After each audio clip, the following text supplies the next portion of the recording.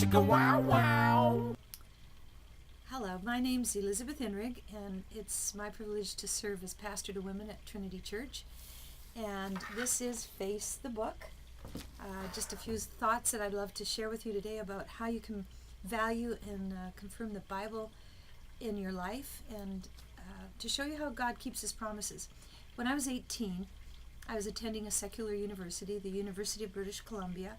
One of my mother's friends, who I thought was very old, I think she was about 50 at the time, was worried that I was going to be learning man's wisdom and forget God's wisdom. So she sat me down one day, and of course I was kind of impatient, wanting her to hurry up. And she said this to me. She said, "Elizabeth, if you are going to study man's wisdom, make sure you don't forget God's wisdom." And then she said, there are 150 Psalms. You can read through them twice in a year, and the Psalms will comfort you. And the Proverbs, there's 31 of them. You can read one per day each month, at least most months.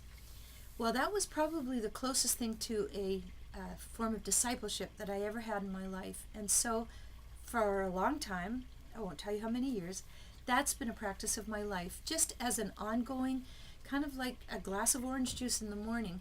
And this week, my husband has been diagnosed with prostate cancer, and we were going through a series of visits to doctors on Wednesday, and it was the 20th, and I'd started again in January. So let me read to you what God said to us through His Word.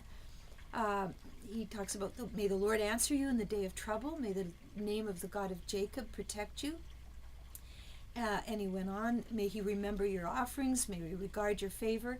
Verse 4 says, may He grant your heart's desire and fill all your lives, fulfill all your plans. And then we got to verse 6. And I was reading it to Gary just before we left for his appointment. And it comforted us. Now I know the Lord saves His anointed. He will answer him from His holy heaven with the saving might of His right hand. And listen to this. Some trust in chariots, some in horses, but we trust in the name of the Lord our God. They collapse and fall, but we rise and stand upright.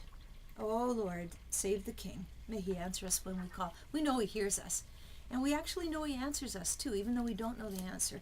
But that was a reminder that lady, Miss Gosnell, many years ago, the treasure she gave me to remember God's Word is alive and well, and the Psalms comfort me. And they will continue. They did this week, comforted both of us. And they make us wise as well when we open Proverbs. So I hope you'll get to do that sometime, to face the book.